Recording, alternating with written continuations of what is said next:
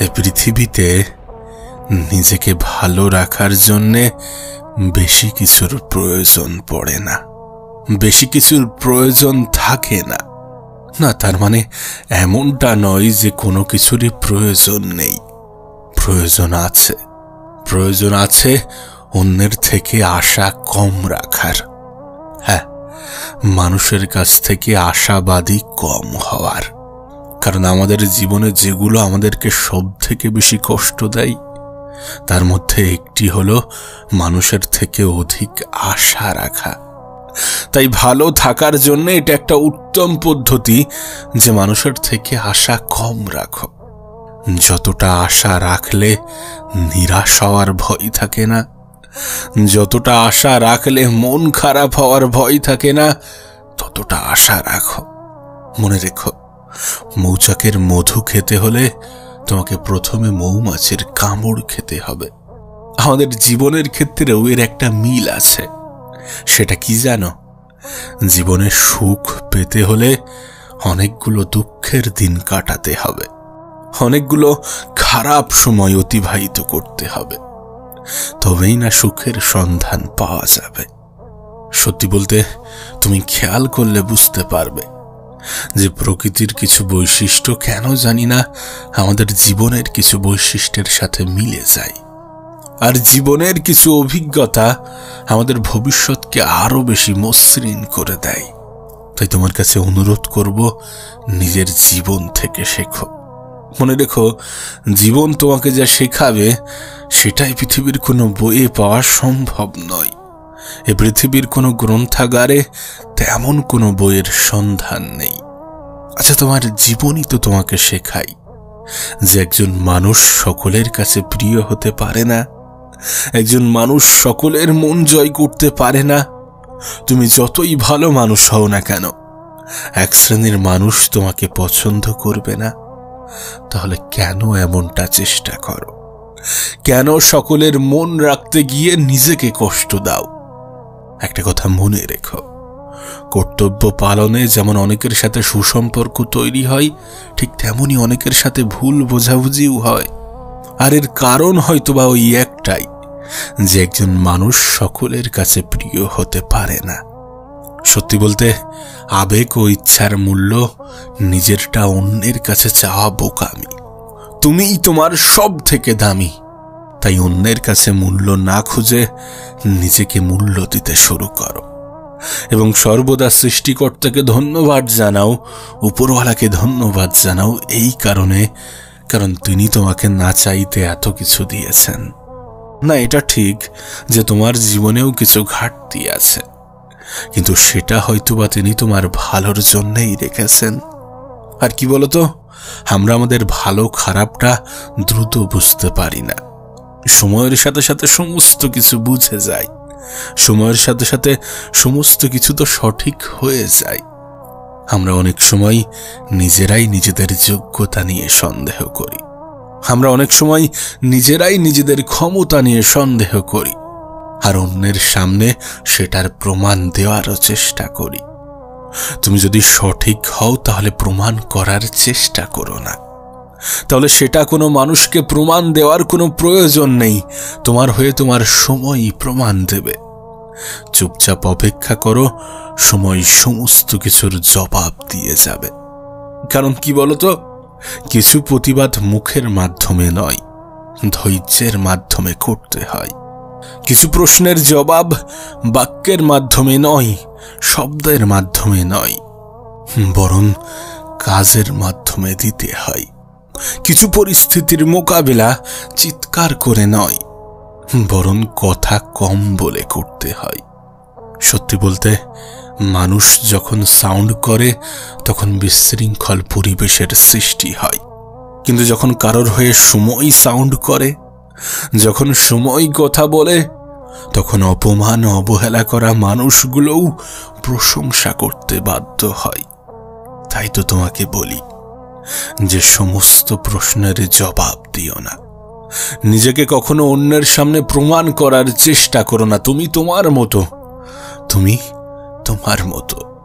আমরা হয়তোবা সফলতার পিছনে ছুটি, অনেক সময় সফলতা নিয়েও কনফিউশনে ভুগি। কিন্তু জীবনের প্রথম সফলতা কি জানো? নিজেকে চিনতে পারা, নিজেকে জানতে পারা। আর যখন কোনো ব্যক্তি নিজেকে চিনতে পারে, তখন সময় তার হয়ে কথা বলে। তুমি তো দেখেছ, তারাই নিজেকে বারবার সত্য প্রমাণ করতে চায়, যারা বেশিরভাগ ক্ষেত্রে মিথ্যার আশ্রয় নেয়, যারা বেশিরভাগ ক্ষেত্রেই মিথ্যা বলে। তুমি তো সত্যের সাথে আছো, তুমি তো সত্যের পথে আছো, তাহলে তুমি কেন প্রমাণ দিতে যাবে? তুমি কেন নিজেকে প্রমাণ করতে যাবে? সত্যি বলতে, সত্য অনেকটা সূর্যের মতো, কিছু সময়ের জন্য অস্ত যায় ঠিকই, কিন্তু কখনো চিরতরে হারিয়ে যায় না। সেই জন্যই তো তোমাকে বলি, একটু ধৈর্য ধরো, একটু অপেক্ষা করো। যারা তোমার দুর্বলতার সুযোগ নিয়ে তোমাকে আঘাত করে, তাদের থেকে দূরে থাকো। আর যদি তারপরেও তারা তোমার পিছন না ছাড়ে, তাহলে তাদের উত্তরটা তাদের মতো করে বুঝিয়ে দিও, আর না হলে সময়ের উপরে ছেড়ে দিও। এই হিসাবটাও না হয় উপরওয়ালাকে করতে দিও। মনে রেখো, জীবনের সঠিক মানুষ আসার জন্যে ভুল মানুষগুলোর বিদায় নেওয়াটাও প্রয়োজন। যারা তোমাকে ছেড়ে চলে যেতে চাই, তাদেরকে যেতে দাও। জোর করে যদি আটকে রাখা যেত, তাহলে এই পৃথিবীতে কোনো মানুষেরই মৃত্যু ঘটত না। কারণ কোনো সন্তানই তো তার বাবা মাকে ছাড়তে চায় না, কোনো বাবা মাই তো তার সন্তানকে ছাড়তে চায় না।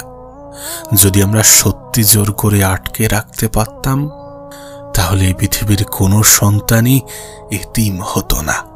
না, আমাদের জীবনের কিছু সিদ্ধান্ত আমাদের হাতেই থাকে, কিছু না, বেশিরভাগ সিদ্ধান্তটা আমাদের হাতেই থাকে, বলতে গেলে প্রায় সমস্তটা।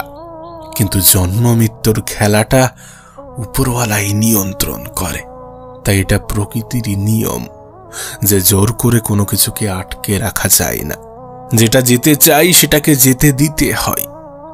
যেটা যেতে চাইবে বা যারা যেতে চাইবে, তাদেরকে যেতে দিতে হবে। আর তোমাকে তো আগেও বলেছি যে প্রকৃতি আমাদেরকে অনেক কিছু শেখায়, আমাদের জীবনের অভিজ্ঞতা আমাদেরকে অনেক কিছু শেখায়। তোমার অভিজ্ঞতাই তোমাকে শেখাবে যে আজ যারা তোমাকে অবহেলা করছে, তোমাকে গুরুত্ব দিচ্ছে না, তুমি যদি ধৈর্য ধরতে পারো, তাহলে একদিন তারাই তোমার খোঁজ নেবে। কারণ একদিন তুমি তাদের প্রয়োজনীয় হয়ে উঠবে। এমন দিনও আসবে যেদিন তুমি তাদের প্রয়োজন হবে। আর এটা মানো না মানো, প্রয়োজনে তো মানুষ প্রিয়জন হয়। তাই জীবনে সেদিনটাও আসবে যখন অবহেলা করা মানুষগুলো ফিরে আসতে চাইবে, যখন অহংকার করা মানুষগুলোরও পতন ঘটবে। কারণ এই পৃথিবীর বেশিরভাগটাই সময়ের খেলা। আজ হয়তোবা তোমার সময়টা ভালো যাচ্ছে না, আজ হয়তোবা সমস্ত কিছু তোমার মনের মতো ঘটছে না, কিন্তু এমনটা নয় যে তোমার সাথে কখনোই ভালো কিছু হবে না। এমনটা নয় যে কোনো কিছুই তোমার মনের মতো ঘটবে না। এই সময়ও পরিবর্তন হয়ে যাবে, এই সময়টাও পাল্টে যাবে। পৃথিবীতে কোনো কিছুই চিরস্থায়ী নয়। আর এটাই তো যথেষ্ট এটা বোঝার জন্যে যে জীবনে কখনো হার মানা যাবে না। জীবনে কখনো হার মানা যাবে না, তার কারণ একটাই, আজকের দিনটা হয়তোবা কঠিন, হতে পারে কালকের দিনটাও কঠিন হবে, আরো বেশি খারাপ যাবে, কিন্তু সেদিন দূরে নয় যে দিনটা তোমার হবে, যেদিন সূর্য উঠবে, ঠিক যেমন ভাবে অস্ত গিয়েছিল। তোমাকে শুধু একটা কথাই বলবো যে মানুষের মিষ্টি কথার জালে যেন কখনো ফেঁসে যেও না। হ্যাঁ, মিষ্টি কথার জালে কখনো ফেঁসে যেও না। তার কারণ কি বলতো? মিষ্টি যতটা সুস্বাদু ততটা স্বাস্থ্যসম্মত নয়। তাই তোমাকে বলবো, তুমি শারীরিকভাবে যতটা শক্তিশালী, মানসিকভাবে তার থেকে বেশি শক্তিশালী হওয়া উচিত। কারণ এই বিষয়ে কোনো সন্দেহ নেই যে শারীরিক অসুস্থতার চেয়ে মানসিক অসুস্থতা মানুষকে বেশি দুর্বল করে। কোনো ব্যক্তি যদি মন থেকেই এটা মেনে নেয়, কোনো ব্যক্তি যদি মন থেকেই এটা অ্যাকসেপ্ট করে নেয় যে আমি পারবো না, আমার দ্বারা হবে না, তাহলে পৃথিবীর 100 কোটি মানুষ আসলেও তার জীবনে পরিবর্তন ঘটাতে পারবে না। এই পৃথিবীর কোনো ব্যক্তিই পজিটিভিটির ক্ষমতা সম্বন্ধে তোমাকে জানাতে পারবে না। পজিটিভিটির যে ক্ষমতা সেটা তোমার সামনে ব্যাখ্যা করতে পারবে না। শুধু এটুকুই বলবো, মানুষ প্রথমে মন থেকে ধনী হয়। নিজের প্রতি বিশ্বাস একজন মানুষকে অনেক উঁচুতে পৌঁছে দেয়। যেন একজন মানুষ কখন হেরে যায়, যখন সে নিজের উপর থেকেই বিশ্বাস উঠিয়ে নেয়। তাই পরিস্থিতি যেমনই হোক না কেন, দিনটা যেমনই হোক না কেন, সময়টা যেমনই হোক না কেন, কখনো নিজের উপর থেকে বিশ্বাস হারিও না। কখনো নিজেকে বিশ্বাস করতে ভুলে যেও না। আসলে মানুষ এটাই ভুলে যায় যে ভাগ্যের উপরে আমাদের কোনো হাত নেই, কিন্তু কর্ম দ্বারা মানুষের ভাগ্য পরিবর্তন করা যায়। কারণ যারা পরিশ্রম করে, সৃষ্টিকর্তা নিজেই তাদের সাহায্য করতে চায়। আর এই পৃথিবীর সকল মহান ব্যক্তিও তো বলে যে সফলতার কোনো শর্টকাট নেই, মেহনতের কোনো বিকল্প নেই। মেহনতের কোনো বিকল্প হয় না। মেহনতশীল ব্যক্তিদের ভাগ্য পরিবর্তন হতে বেশি সময়ও লাগে না। তাই শেষে তোমাকে একটা কথাই বলবো, যে কোনো কিছু করতে চাইলে নিজের সর্বত্র দিয়ে করো। কোনো কিছু ধরতে চাইলে শক্ত করে ধরো। কোনো কিছু ছাড়তে চাইলে ভিতর থেকে ছাড়ো। বিশ্বাস রাখতে চাইলে নিজের উপরে রাখো এবং উপরওয়ালার উপরে রাখো। আর জীবনে সুখী হতে চাইলে আজকের দিনটাকে নিয়ে ভাবো। আজকের দিনটাকে সঠিক জায়গায় সঠিক ক্ষেত্রে ব্যবহার করো। ভবিষ্যৎকে বাদ দিয়ে বর্তমানকে গুরুত্ব দেওয়া শুরু করো। আর এই দিনটা তোমার, তাই এই দিনটাকে কাজে লাগানোর চেষ্টা করো। এটাকে নিজের মতো করে ব্যবহার করো।